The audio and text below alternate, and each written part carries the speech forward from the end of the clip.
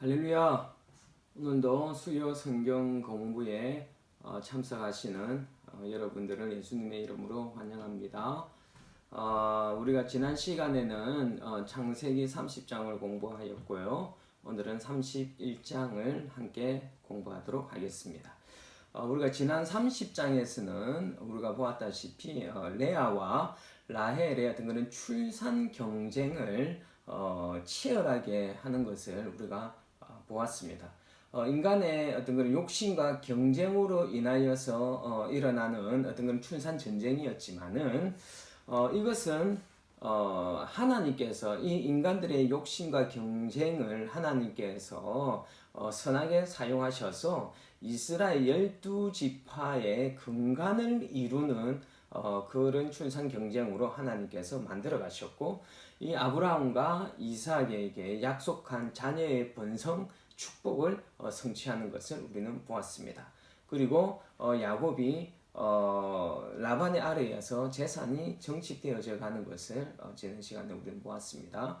자, 이제 31장에서는요, 야곱이 라반을 떠나서 자신의 고향 가나안으로 귀향하는 어떤 그런 모습들, 그리고 가나안으로 귀향하는 이 야곱을 쫓아오는 그 라반의 추격 사건이 또 나오고요. 그 다음에 라반과 야곱 사이에 조약을 맺는 그런 장면들이 31장에는 기록되어져 있습니다.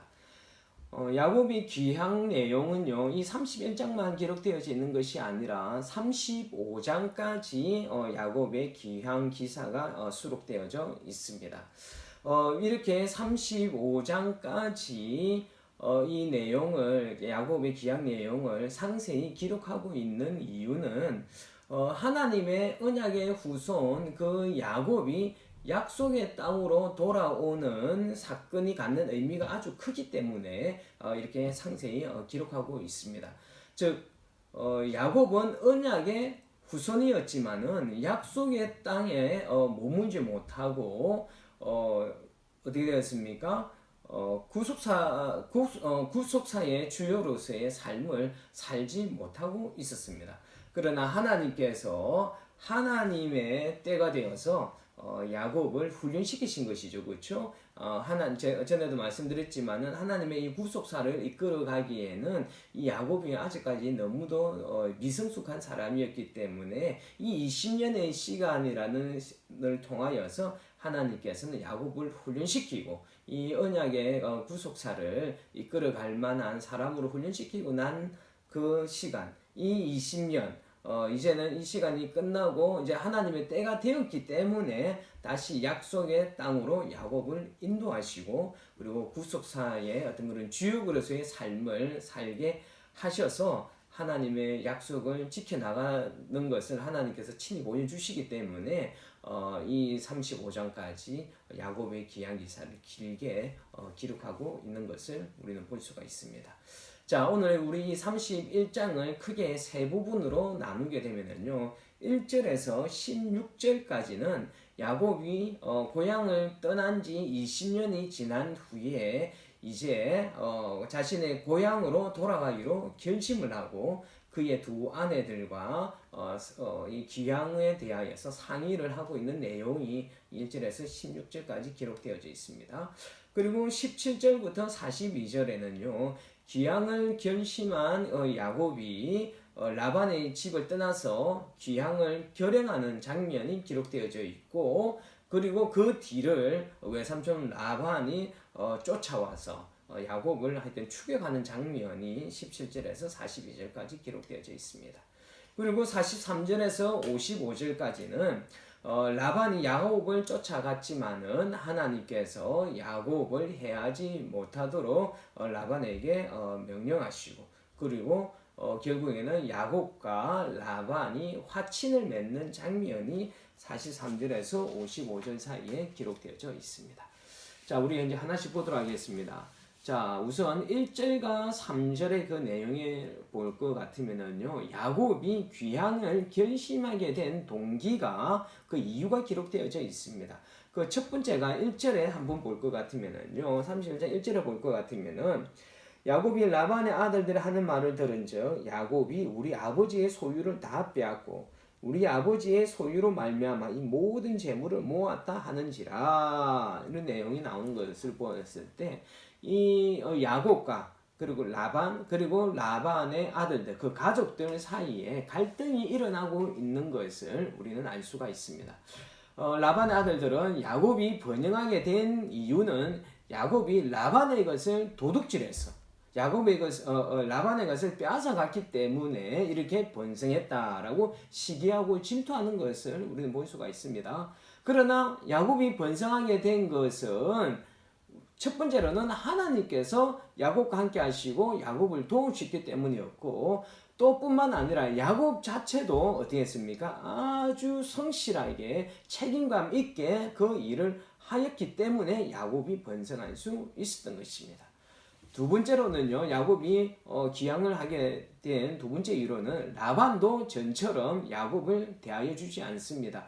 야곱에게 굉장히 우호적으로 대하였지만은 계속해서 자신의 재산이 정식되어지는 것보다 야곱의 재산이 더 많이 정식되어져 가는 이것에 대하여서 의심도 품고, 그리고 시기와 질투 등으로 인하여서 이 이제 조카 야곱을 예전처럼 그렇게 우호적으로 바라보지 않고 있다라는 것을 야곱은 깨닫게 되었던 것입니다. 그래서 기양을 해야 되겠다라는 이런 갈등 등으로 인하여서 이제 고향으로 돌아가야 되겠다라고 야곱은 생각을 한 것입니다.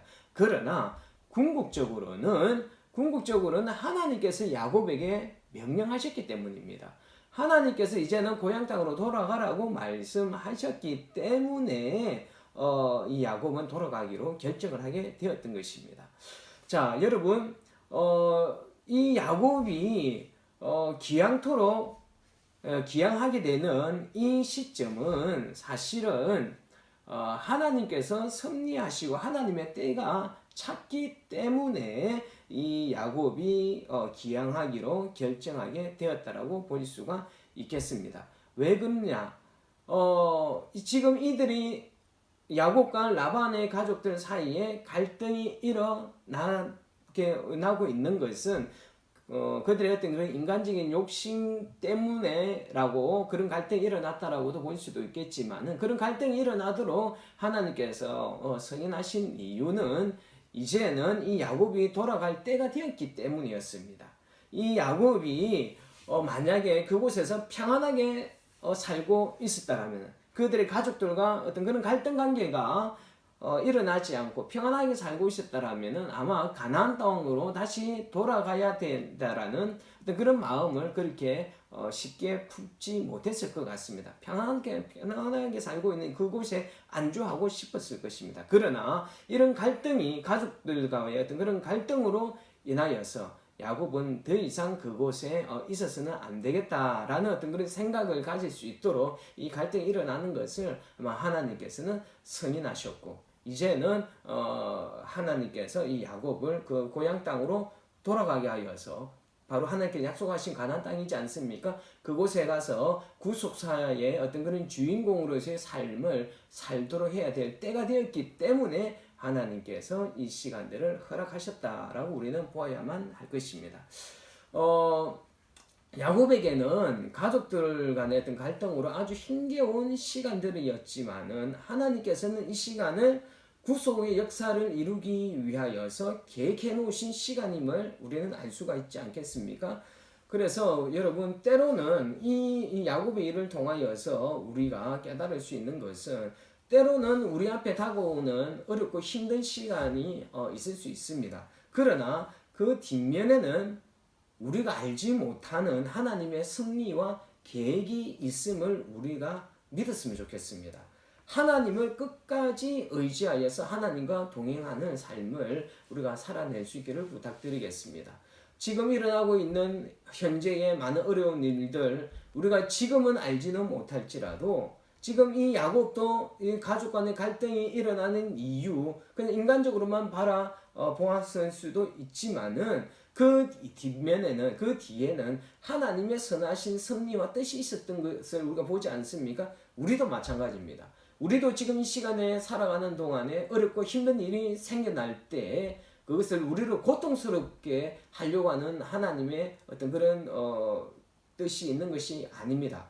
하나님께서는 그 어려운 시간을 통하여서 하나님께서는 우리를 향하신 어떤 특별한 계획들, 어떤 그런 승리를 이끌어 나가기 위하여서 일어나는 일들임을 여러분 믿으시고 하나님 앞에 더욱더 의지하고 하나님을 믿고 따라갈 수 있기를 부탁드리겠습니다. 자, 3절에 보니까요, 뭐라고 나와 있느냐면은, 여호와께서 야곱에게 이르시되, 내 조상의 땅, 내 족속에게로 돌아가라. 내가 너와 함께 있으리라 하신지라. 이렇게 나오는 것을 볼 수가 있습니다.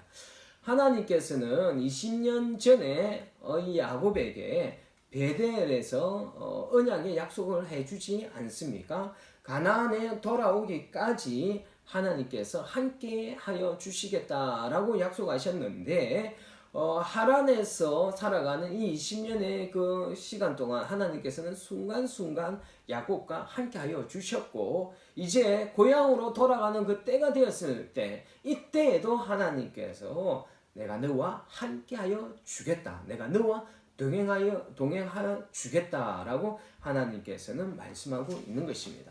하나님께서는요, 어떤 하나님입니까? 창세기에서 계속해서 나오지 않습니까? 하나님께서는 자신이 약속하신 것을 반드시 지키시는 신실하신 어떤 하나님의 성품이 대하여서 창세기는 계속해서 이야기를 하고 있습니다.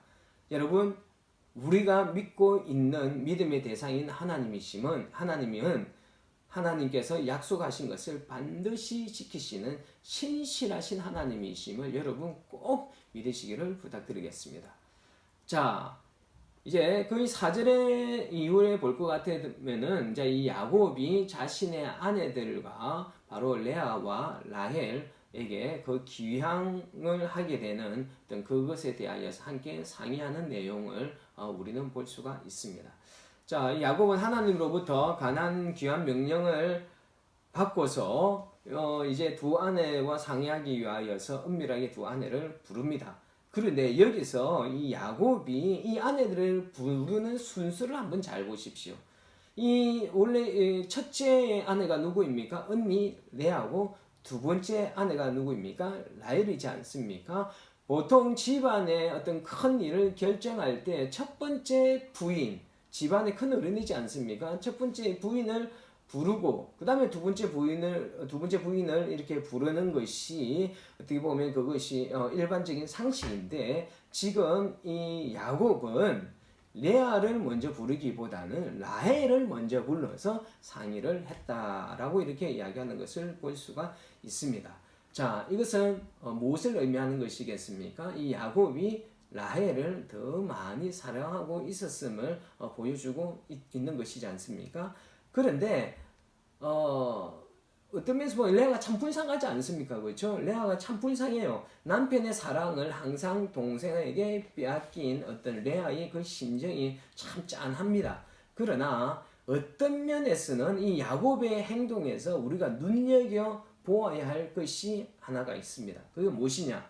자, 보십시오. 레아는 야곱에게 몇 명의 자녀를 낳아줬습니까? 7명입니다. 6명의 아들과 1명의 딸을 야곱에게 안겨줬습니다.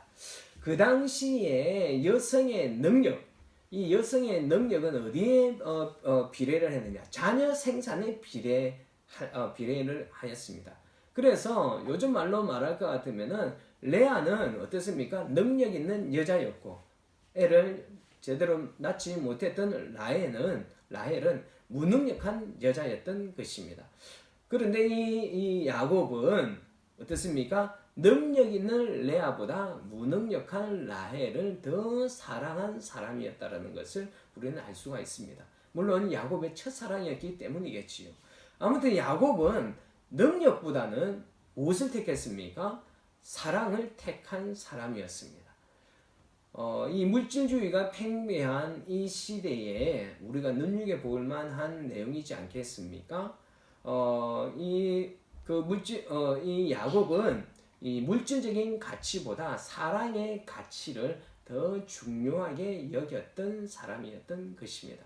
요즘처럼 물질주의가 너무 팽배하여서 정말 이 사랑의 가치보다는 어떤 사랑보다는 물질을 따라서 이렇게 사람을 쫓아가는 것이 어떻게 보면은 이 요즘의 세상의 어떤 그런 행태인 것 같은데 정말 야곱처럼 우리가 물질보다는 사랑, 정신적인 어떤 그런 가치를 더 소중히 여길 수 있는 저와 여러분 될 수 있었으면 좋겠습니다. 자, 5절과 13절에는 20년에 걸친 야곱의 타향살이에 대한 내용을 기록하고 있습니다. 야곱은 형의 분노를 피하여서 외삼촌 라반의 집에서 한 며칠만 머물다가 형의 분노가 가라앉으면 고향 땅으로 돌아갈 거라고 생각하였는데 물론 하나님의 섭리가 있었던 것이겠지요. 어쨌든 이 20년이라는 세월을 이 라반의 집에서 보내게 되었습니다. 야곱은 두 아내 그 라헬과 레아에게 라반에게서 떠나가야 할 이유를 설명하면서 지난 20년의 그 시간, 그 삶을 되돌아보고 있습니다. 돌아보았을 때의 야곱의 그 인생의 그 해고의 어떤 그런 핵심은 야곱이 있는 힘을 다하여서 성실하게 외삼촌이자 장인인 라반을 도왔지만은 라반은 번번이 야곱을 속이고 기만하였지 않았습니까? 품삯을 10번이나 이렇게 바꾸었고 번번이 그 약속을 번복하는 그것으로 인하여서 야곱이 얼마나 마음이 상했는지 자신의 어떤 그런 마음들을 지난 20년 세월 동안에 자신의 어떤 그런 속 사정을 이 아내들에게 다 말을 하고 있습니다. 그러나 우리가 보아야 할 것은 중요한 것은 이 야곱이 지난 20년 시간의 어떤 그런 세월 머슴살이를 하였던 어떤 그런 서러움만을 기억하고 있지 않습니다. 중요한 것은 야곱이 이 20년의 어떤 서러움도 있었지만은 이 20년의 그 서러움의 시간 동안 하나님께서 야곱을 지키시고 보호하시고 돌보아 주셨다라는 것을 고백하는 것을 우리는 보아야만 하는 것입니다. 자, 여러분, 그 야곱의 고백이 어디에 나옵니까? 5절에 볼 것 같으면 그렇게 나오지 않습니까? 내 아버지의 하나님은 나와 함께 계셨느니라. 이렇게 서러운 시간 동안 하나님께서 함께 하셨다고 5절에서 나와 있고요. 7절에는요. 하나님이 그를 막아서, 이때 그는 라반을 이야기를 합니다. 하나님이 그를 막아서 나를 해치지 못하게 하셨으며, 이때 해치지 못하게 한다는 육체적인 어떤 그런 해안보다는 이 야곱이 손해를 보지 않도록 도우셨다라는 것을 이야기를 하고 있는 것입니다.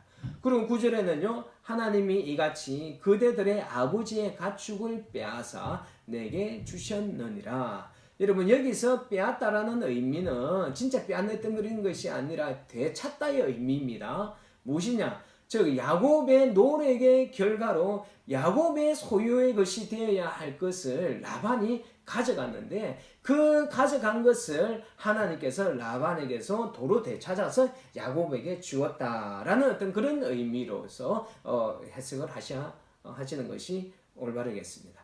자, 아무튼 야곱의 인생이 굉장히 힘겹고 사기를 당하며 마음이 많이 상한 시간들이었지만 야곱은 하나님께서 자신과 함께 하였다라는 것을 분명하게 기억하였고 분명하게 믿고 있었다라는 것, 이것이 중요하다라는 것입니다.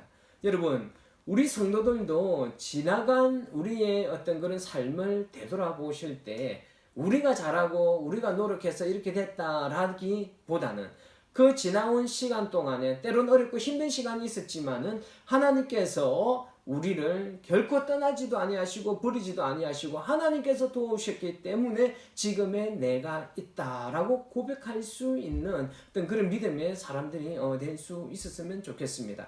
여러분, 여러분들의 살아온 인생 하나님께서 함께 하셨기 때문에 지금의 여러분들이 계시는 것입니다. 하나님께서 우리의 삶을 지키시고 돌보아 주셨다라는 것, 여러분 믿음으로 하나님 앞에 고백할 수 있기를 부탁드리겠습니다.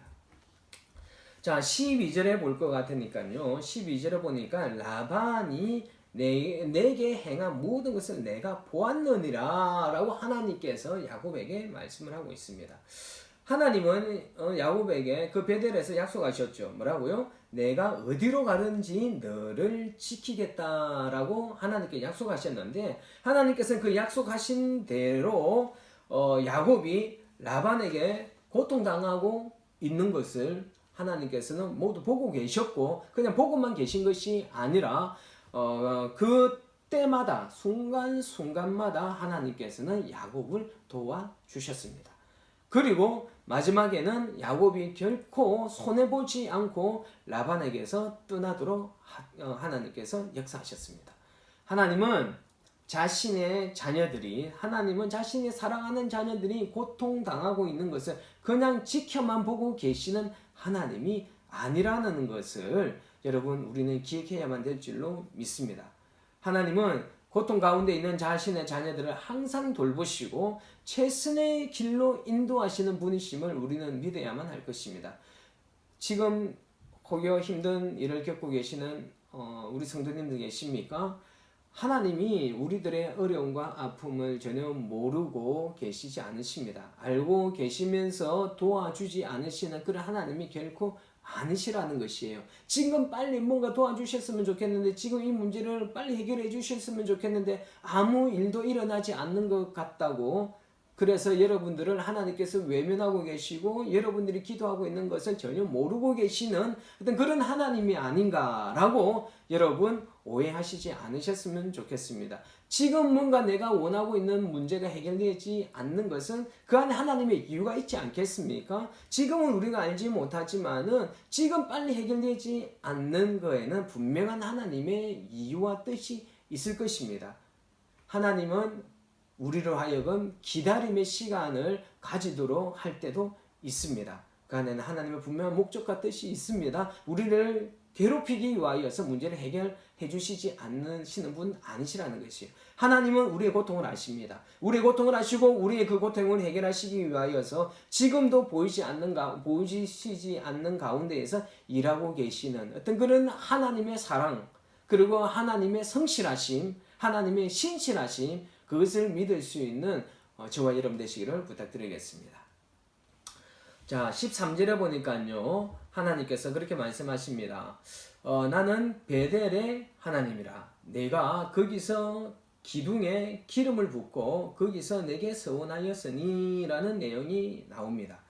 자, 여러분, 야곱이 형을 피해서 하란으로 가는 어떤 그런 고된 시간을 보내고 있을 때 하나님께서는 베델에 나타나셔서 야곱에게 꿈으로 나타났지 않습니까? 그러면서 말씀하셨죠. 아까도 말했지만은 내가 너와 함께 있어 내가 어디로 가든지 너를 지키어 너를 이끌어 이 땅으로 돌아오게 하리라 라고 약속을 하여 주실 때, 약속해 주셨지 않습니까? 여러분, 그 약속을 하여 주실 때 야곱은 뭘 했습니까?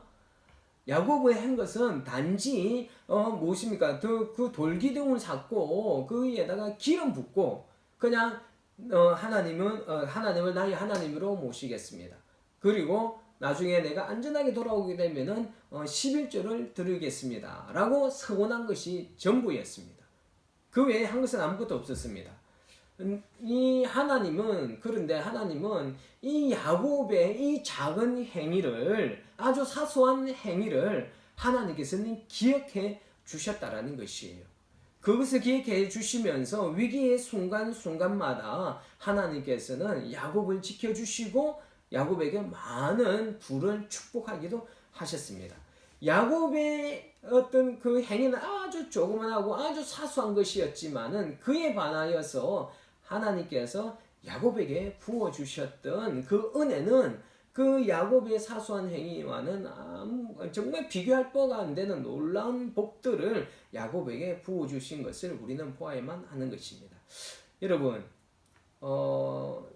우리가 이 야곱처럼 우리의 삶 가운데에서 아주 사소한 것일지라도 정말 진실된 마음으로 하나님 앞에 서원하든지 하나님 앞에 작은 정성을 들이든지 작은 경건을 결단한다라든지 그리고 작은 헌신을 하나님 앞에 드리기로 약속한다라면은 정말 하나님께서 우리의 이 사소한 어떤 그런 충성됨과 사소한 헌신들, 이런 사소한 행위들을 하나님께서 아주 기뻐하시고 그 우리의 어떤 그런 행위들을 기억해 하시고 또 결국에는 하나님께서 우리 아주 작은 어떤 이러한 행동들에 대하여서 하나님께서 놀랍게 복을 부어주시는 그런 하나님이심을 여러분 우리가 기억할 수 있었으면 좋겠습니다.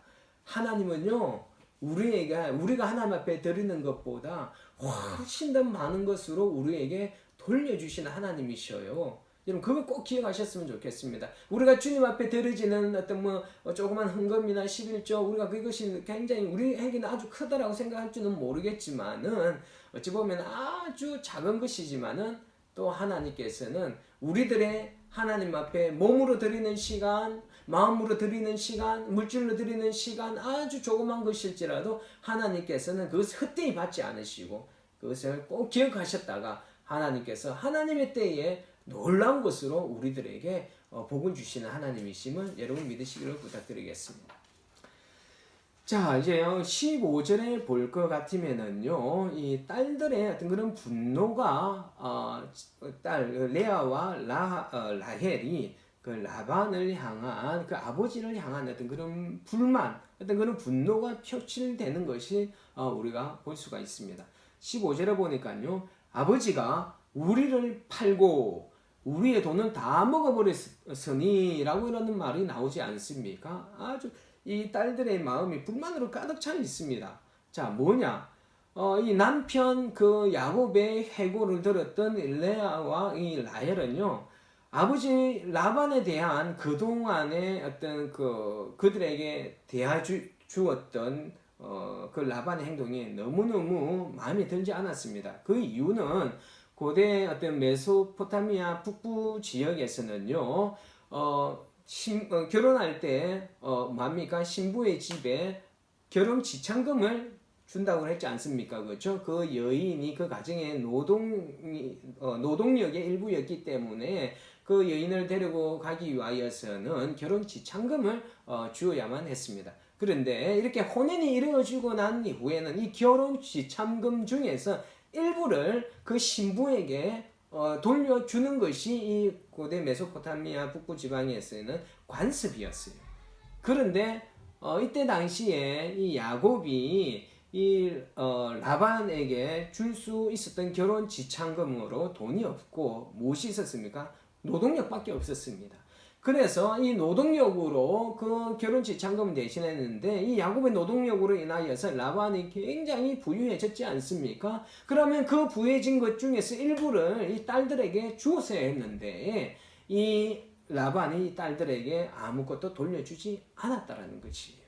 그래서 이 딸들이 하는 말이 아버지가 우리를 팔았다라고 이렇게 이야기를 하고 있는 것입니다. 사실은 그 라반이 그 딸들을 팔아버린 어떤 그런 형국이 되어버린 것이죠. 자, 한 사람이 그 라반 한 사람의 어떤 그런 물질적인 욕심으로 인하여서 이 가족 관계가 완전히 이렇게 허물어지는 어떤 그런 슬픈 가족사를 우리는 보게 되는 것입니다. 여러분, 이런 물질적인 문제로 인하여서 가정이 무너지는 거 우리 주변에서도 많이 보게 되지 않습니까? 어떤 그 자녀들에게 그 재산 상속 그 문제로 인하여서 형제들 간에 다툼이 일어나고 또 때로는 부모와 자식 간에도 서로 어떤 소송이 일어나는 어떤 그런 일들을 우리 주변에서 보게 됩니다. 여러분 최근에 또 어떤 재벌가들에게는 그런 일들이 비일비재하게 일어나고 있지 않습니까? 롯데 신격호 회장의 아들이었던 신동빈, 신동주 이 사람들 사이에서도 이 재산 그 상속 문제로 인하여서 소송이 들어가고 그 가족이 이렇게 다투는 것을 우리는 볼 수가 있습니다. 정말 피를 나눈 형제임에도 불구하고 그 물질로 인하여서 그 관계가 이 무너지는 거 얼마나 안타깝습니까? 여러분, 그래서 잠언에서는 이렇게 말씀하고 있지 않습니까? 마른 떡 한 조각만 있고도 화목하는 것이 제육이 집에 가득하고도 다투는 것보다 나으니라 라고 하나님께서는 말씀하고 있습니다.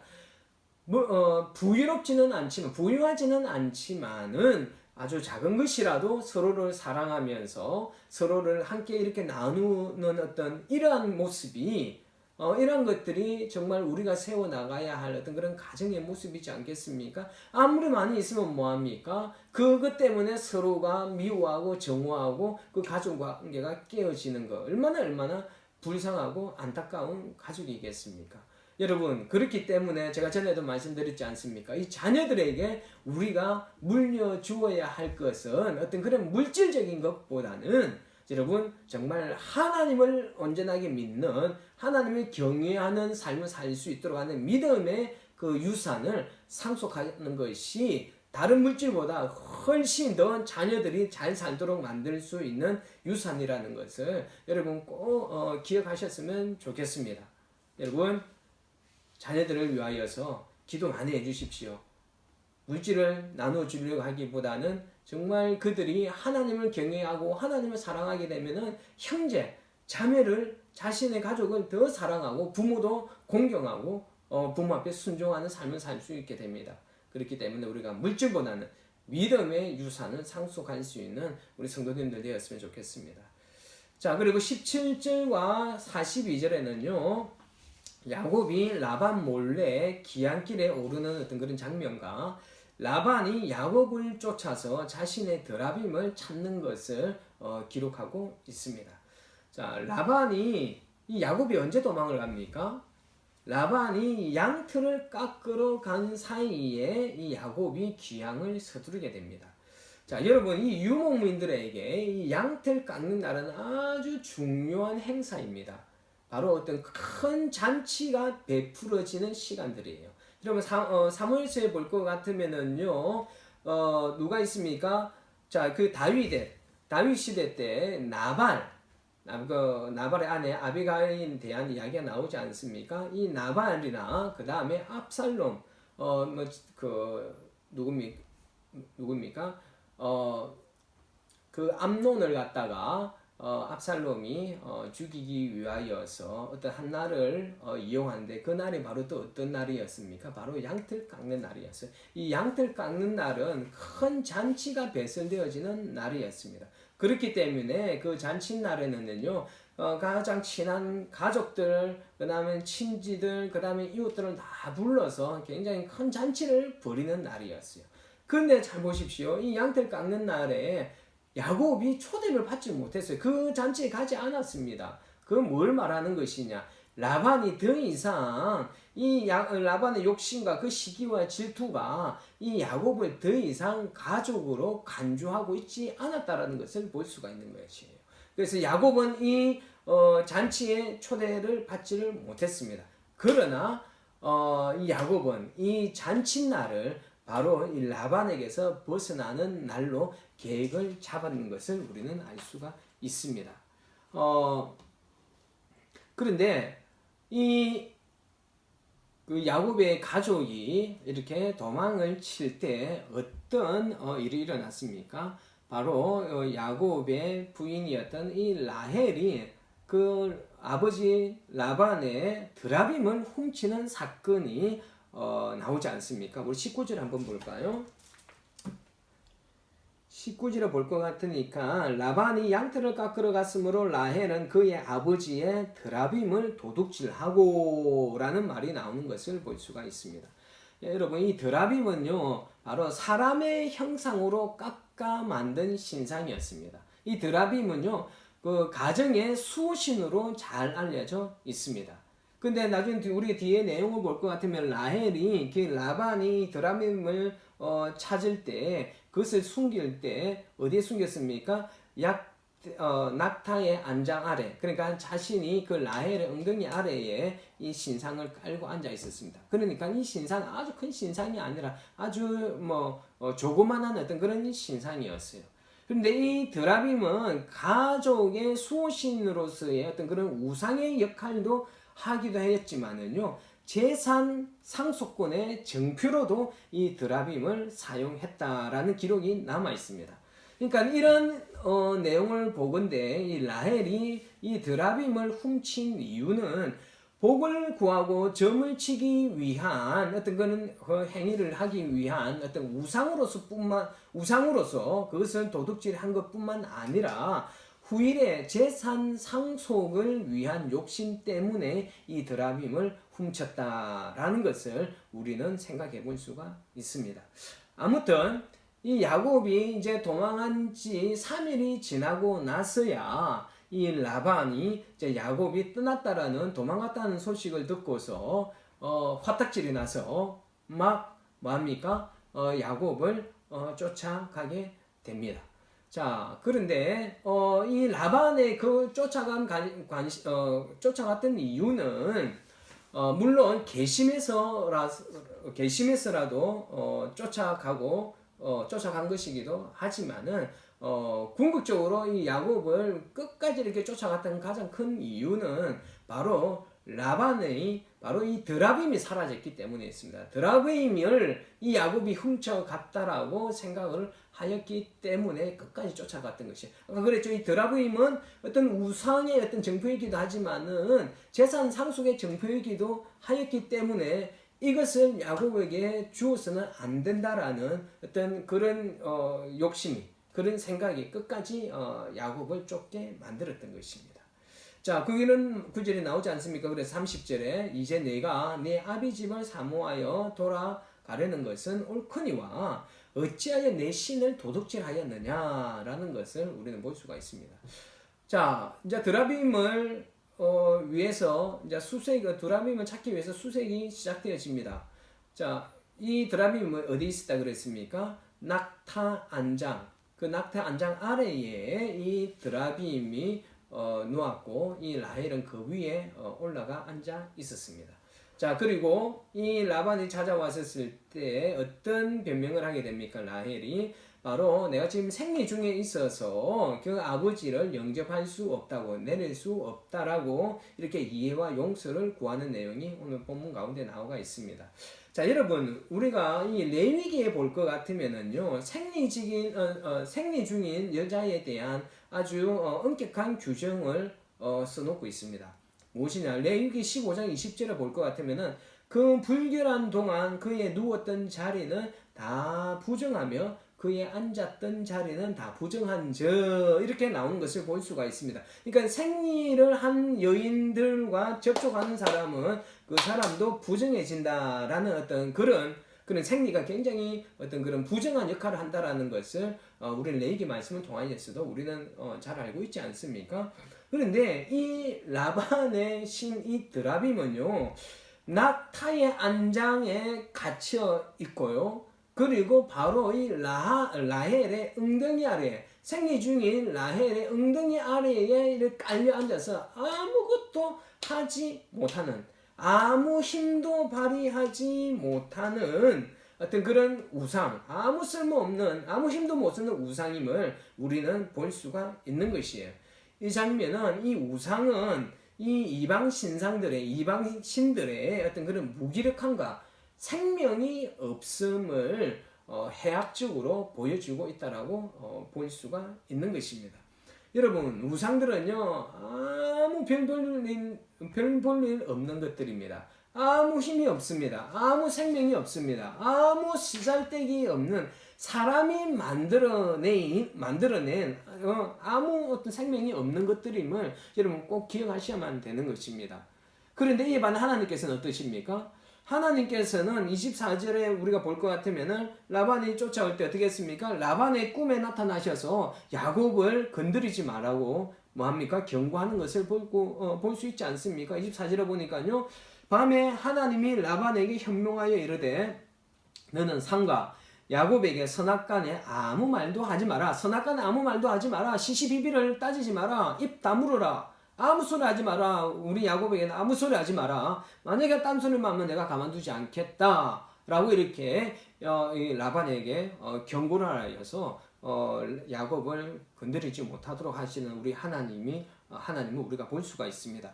우리 하나님은 당신의 어떤 그런 자녀들의 삶 속에서요, 정말 적극적이고 능동적으로 하나님의 백성들의 일에 간섭하시는 것을 볼 수가 있습니다. 우상들은 아무것도 할 수가 없잖아요. 아무 생명이 없기 때문에 아무것도 할 수 없지만은 스스로 계신 하나님께서는 자신의 자녀들을 위하여서 바로 적극적으로 행동하시고 능동적으로 일을 하시는 분이 바로 우리의 하나님이십니다. 세상의 수많은 우상과는 다르신 하나님, 실제로 살아서 역사하시는 하나님, 우리의 눈에는 보이지는 않지만은 정말 생명이 충만하신 하나님은 지금도 우리가 보이지 않는 가운데에서 우리를 위하여서 일하시고 성실하게 우리를 돌보시는 하나님이심을 여러분 우리가 볼 수 있었으면 좋겠습니다. 눈에 보이지는 않지만은 지금도 저와 여러분들을 위하여서 일하고 계시는 그 하나님을 볼 수 있는 믿음의 눈이 떼어지시기를 예수님의 이름으로 축복합니다. 자, 36절과 42절의 내용은요, 라반이 결국은 드라빔을 찾지 못하게 되고 이제 도적으로 몰렸던 이제 야곱이 이제 대공격하는 것을 볼 수가 있습니다. 라반을 향하여서 반격의 포문을 열고 있는 것이죠. 자, 36절에 볼 것 같으면 이제 이렇게 말하지 않습니까? 내가 뭘 잘못했습니까? 이거잖아요. 내 허물이 무엇입니까? 무슨 죄가 있기에 외삼촌께서 내 뒤를 급히 추격하였나이까? 라고 이제 야곱이 라반에게 반격을 하고 있습니다. 사실 야곱이 라반의 집에서 보낸 20년의 이 시간은 이전에 그 야곱, 아주 얄팍하고 잘못을 잘 굴리고 사기꾼 야곱의 삶이 아니었어요. 20년의 이 세월 동안 이 야곱은 참으로 성실하게 살았습니다. 참으로 정직하고 성실하게 살면서 때로는 자신이 스스로 손해를 감수하면서 이 라반을 섬겼던 야곱이었습니다. 여러분 39절을 볼 것 같으면 야곱이 어떤 손해를 봤느냐? 물려 찢긴 것은 내가 외삼촌에게 가져가지 아니하고 스스로 그것을 보충하였으며 낮에 도적을 맞든지 밤에 도적을 맞든지 내가 내가 외삼촌에게 물어내었다라고 이렇게 이야기하고 있는 것을 볼 수가 있습니다. 야곱은요, 자신이 손해를 보는 와중에도 끝까지 성실하게 책임감 있게 자신의 일을 하면서 라반을 섬겼던 사람이었습니다. 야곱은 자기보다 더 고단수인 사기꾼을 만나서 20년이라는 그 세월 동안 눈 묻힐 겨를 없이 종살이를 했습니다. 아주 혹독한 시련의 시간, 또 한편으로는 하나님께서 다루시고 훈련하는 20년의 시간을 보냈습니다. 자, 이렇게 어려운 시간을 보냈지만은 이렇게 열심으로 했습니까? 라반을 섬겼지만은 그에 상응하는 대가도 이 야곱은 제대로 받지 못했습니다.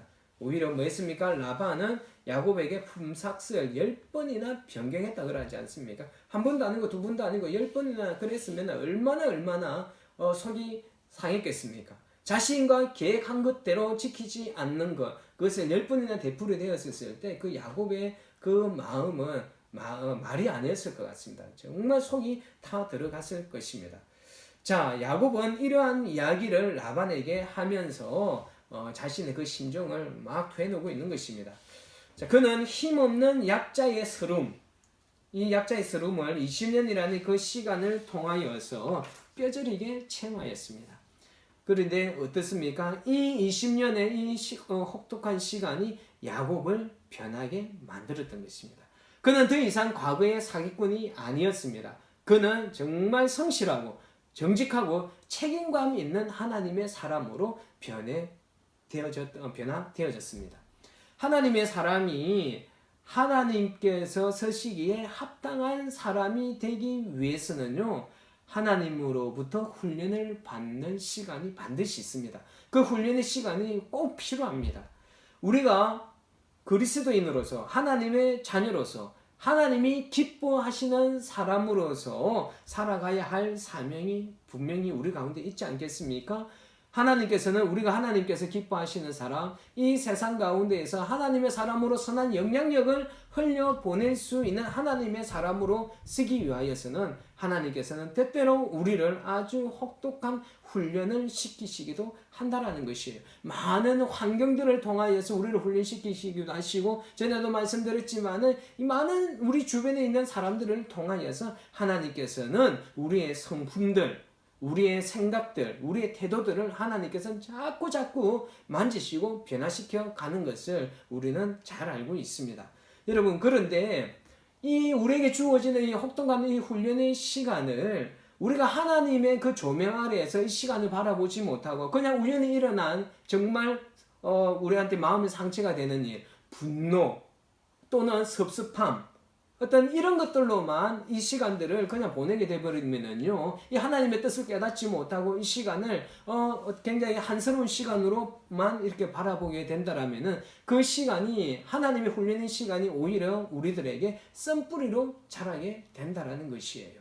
그러나 여러분, 하나님께서 주어진 우리에게 허락하여 주시는 이 훈련의 시간을 우리가 하나님의 어떤 눈으로 바라보며 하나님의 뜻을 깨닫고 우리가 기도하면서 하나님 앞에 질문하면서 하나님 왜 나에게 이런 시간들을 허락하시는 것입니까? 이 안에 있는 하나님의 뜻이 무엇입니까? 우리가 하나님 앞에 질문하고 하나님 앞에 기도하며 나아가게 된다라면은 이 시간들을 통하여서 하나님의 뜻을 깨닫게 되고 그 하나님의 그 만지심으로 인하여서 우리의 삶이 변화되어질 수 있다라는 것입니다.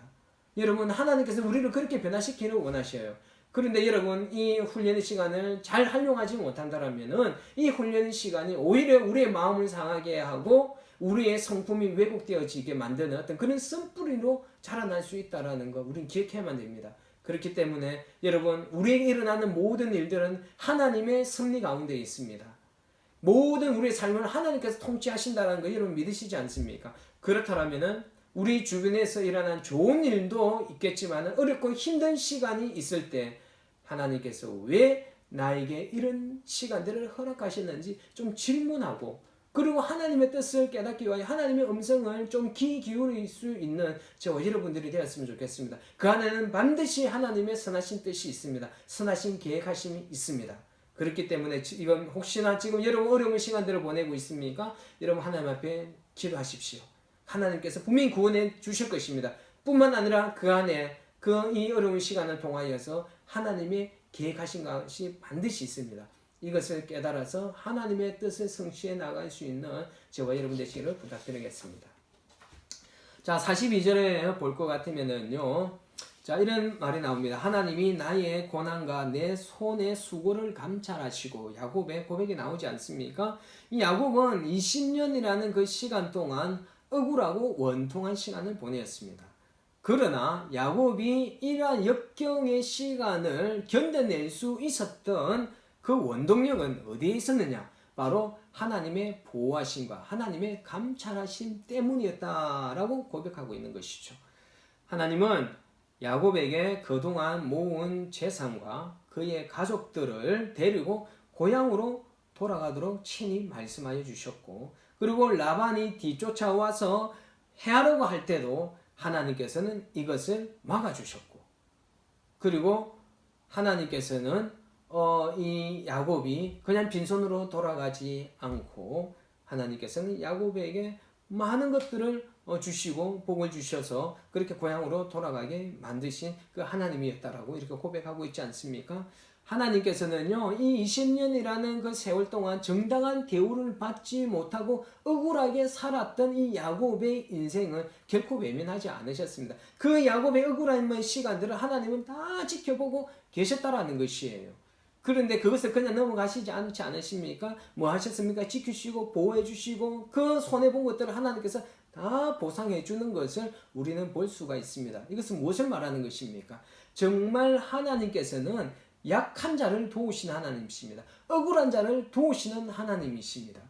여러분, 때로는 우리가 살아가는 가운데 우리보다 힘센 사람들에 의하여서 우리가 억울한 일을 당할 때 분명히 있습니다. 여러분, 그럴 때 여러분 우리의 힘으로 이것을 대적하고 그것을 복수하려고 한다든지 이렇게 하지 마시고, 여러분 우리의 그 모든 상황 하나님께서 다 지켜보고 계시고 감찰하고 계신다고 하셨지 않습니까? 그래서 이 약하고 억울한 일을 당하는 그 사람들을 도우시는 그 하나님의 성품을 믿으시고, 혹여나 지금 어려운 일, 억울한 일을 당하고 있다라면은 이 모든 것들을 하나님 앞에 신원하셨으면 좋겠습니다. 하나님 앞에 여러분들의 억울한 일을 하나님 앞에 다 토해내시고 이 억울한 일들을 하나님께서 해결해 주시고 도와주실 거란 그 믿음을 가지고서 우리가 하나님 앞에 억울한 일을 풀어주시는 하나님을 의지하며 나아갈 수 있기를 부탁드리겠습니다.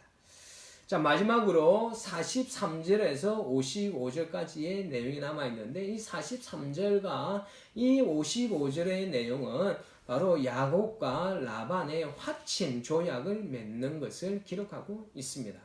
소위 미스바 언약이라고 이야기를 하는 이 언약은요, 이 언약의 정표는 무엇으로 이 언약의 정표를 삼느냐 하면은 길랏 산지에다가 돌기둥과 돌무더기를 쌓으면서 그 언약을 하게 됩니다. 이 언약의 그 내용은요, 첫 번째로는 이 야곱이 라반의 그 딸들 외에 이제 더 이상 아내를 취하지 않도록 하는 것, 그것이 첫 번째 언약이었고요. 두 번째로는요, 바로 이 돌기둥과 이 돌무덤을 경계로 하여서 상호 그것을 넘어서 침범하지 않는다는 그 내용으로 이렇게 서로 화친 언약을 맺는 내용이 바로 이 45절과 55절, 43절에서 55절까지 나와 있는 것입니다. 자, 여러분, 이 43절에서 55절의 내용은 바로 무엇입니까? 이 속임과 그리고 이 속임으로 일어나서 일어났던 어떤 격분과 어떤 그런 불만들, 그러니까 얼룩진 라반과 야곱의 관계가 어떻게 되어지는 것입니까? 바로 화해하는 어떤 그런 장면을 기록하고 있는 것을 볼 수가 있습니다. 자, 여러분, 이러한 상황의 변화, 어떻게 보면 정말 원수지간으로 헤어질 수밖에 없었던 이 관계가 회복되어지는 것. 여러분, 이것은요, 바로 배후에서, 바로 이 뒤에서 역사하시는 하나님의 섭리, 하나님의 손길이 있었기 때문에 가능하게 되었다라는 것을 우리는 보아야만 하는 것입니다. 즉, 이것을 통하여서 우리는 뭘 알 수가 있느냐? 우리 모든 인간관계의 화평과 평화의 열쇠는 바로 하나님의 손에 달려 있음을 우리는 깨달을 수가 있습니다. 많은 인간관계에서 일어나는 갈등과 화해는 우리 인간들 사이에서 일어나는 아주 우연한 일일 것 같지만은, 여러분, 이 우연한 일, 이 모든 우연하게 보여지는 것처럼 보여지는 이 일 뒤에는 하나님의 섭리가 분명히 있습니다. 그래서 아까 말씀드렸죠. 이런 갈등 관계나 이런 시간들을 통하여서 하나님께서는 우리를 훈련시키시고 성숙하게 만들어 가시는 하나님의 계획이 있다라는 것입니다. 자, 여러분, 지금 혹여나 사람과의 어떤 그런 관계들로 인하여서 여러분 어려움의 시간을 보내시는 분들이 있으십니까? 여러분, 이 관계를 풀어가시는 분은 하나님이십니다. 지금 야곱과 라반의 관계가 풀어지는 것처럼 정말 풀어질 것 같지 않았던 우리 인간관계 풀어질 수 있습니다. 여러분들이 정말 하나님 그 관계를 풀고 싶다라면은 정말 하나님 앞에 기도하십시오.